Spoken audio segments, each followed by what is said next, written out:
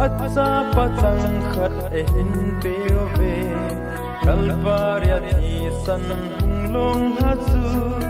aton zo se din ban kana hong ta hallelujah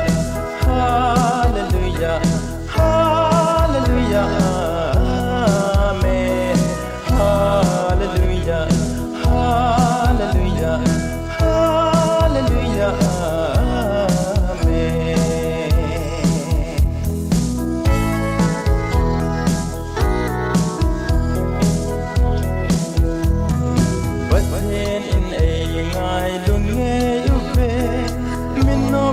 tâm tin amu pha lâu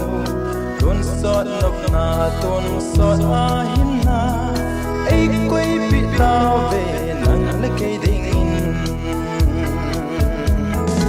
hallelujah hallelujah hallelujah amen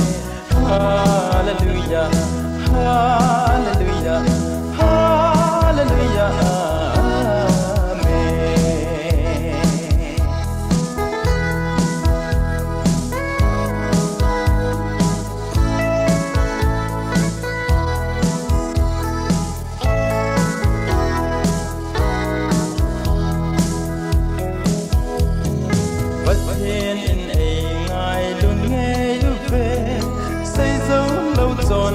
là sang bên dòng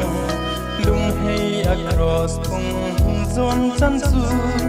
ngay đâm bút hình sẽ in ngay đâm gì